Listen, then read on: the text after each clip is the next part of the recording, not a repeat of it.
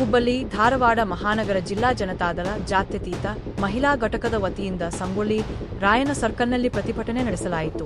ಕೇಂದ್ರ ಸರ್ಕಾರ ಮಹಿಳೆಯರಿಗೆ ಸಂಸತ್ತು ಹಾಗೂ ವಿಧಾನಸಭೆಯಲ್ಲಿ ಶೇಕಡಾ 33ರಷ್ಟು ಮೀಸಲಾತಿ ನೀಡುವ ಮಹತ್ವಾಕಾಂಕ್ಷಿ ವಿಧೇಯಕವನ್ನು ಮಂಡಿಸಿರುವ ಹಿನ್ನೆಲೆಯಲ್ಲಿ ಲೋಕಸಭೆಯಲ್ಲಿ ಕಾಂಗ್ರೆಸ್ ಹಾಗೂ ಅದರ ಮಿತ್ರಪಕ್ಷಗಳು ವಿರೋಧ ವ್ಯಕ್ತಪಡಿಸಿರುವುದನ್ನು ಖಂಡಿಸಿ ಈ ಪ್ರತಿಭಟನೆ ನಡೆಯಿತು. ಪ್ರತಿಭಟನೆಯಲ್ಲಿ ಮಾತನಾಡಿದ ಪಕ್ಷದ ಮುಖಂಡರು ಮಹಿಳಾ ಮೀಸಲಾತಿ ಮಸೂದೆಯನ್ನು ಕಾಂಗ್ರೆಸ್ ವಿರೋಧಿಸಿದ್ದು ಮಹಿಳೆಯರ ಹಕ್ಕುಗಳಿಗೆ ದ್ರೋಹ ಮಾಡಿದಂತಾಗಿದೆ ಎಂದು ಆರೋಪಿಸಿದರು. ಈ ಮಸೂದೆಗೆ 1995-96ರಲ್ಲಿ ಪ್ರಧಾನಿಯಾಗಿದ್ದಾಗ ಎಚ್.ಡಿ. ದೇವೇಗೌಡ ಅವರು ಚಾಲನೆ ನೀಡಿದ್ದನ್ನು ಸ್ಮರಿಸಲಾಯಿತು. ಕರ್ನಾಟಕದಲ್ಲಿ ಅವರ ಆಡಳಿತಾವಧಿಯಲ್ಲಿ ಸ್ಥಳೀಯ ಸಂಸ್ಥೆಗಳಲ್ಲಿ ಮಹಿಳೆಯರಿಗೆ 33% ಮೀಸಲಾತಿ ನೀಡಲಾಗಿತ್ತು ಎಂಬುದನ್ನು ಉಲ್ಲೇಖಿಸಲಾಯಿತು. ಇದೀಗ ಪ್ರಧಾನಮಂತ್ರಿ ನರೇಂದ್ರ ಮೋದಿ ಅವರು ಈ ಮೀಸಲಾತಿಯನ್ನು ಲೋಕಸಭೆಯಲ್ಲಿ ಮಂಡಿಸಿದರು.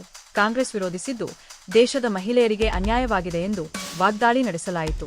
ಮಹಿಳಾ ಜಿಲ್ಲಾ ಘಟಕದ ಅಧ್ಯಕ್ಷೆ ಪೂರ್ಣಿಮಾ ಸೌದತ್ತಿ ಮಾತನಾಡಿ, ಕಾಂಗ್ರೆಸ್ ತನ್ನ ಮಹಿಳಾ ವಿರೋಧಿ ನಿಲುವನ್ನು ಬಹಿರಂಗಪಡಿಸಿದೆ ಎಂದು ಆರೋಪಿಸಿದರು. ಇನ್ನು ರಾಜ್ಯ ಸೇವಾದಳದ ಅಧ್ಯಕ್ಷ ಬಸವರಾಜ ಪದಯಾತ್ರಿ ಮಾತನಾಡಿ, ಮಹಿಳಾ ಶಕ್ತಿಯನ್ನು ಕುಂದಿಸುವ ಪ್ರಯತ್ನ ನಡೆಯುತ್ತಿದೆ ಎಂದು ಟೀಕಿಸಿದರು. ಈ ಪ್ರತಿಭಟನೆಯಲ್ಲಿ ಮಹಿಳಾ ಹಾಗೂ ಜಿಲ್ಲಾ ಮಟ್ಟದ ಅನೇಕ ಮುಖಂಡರು ಭಾಗವಹಿಸಿದ್ದರು.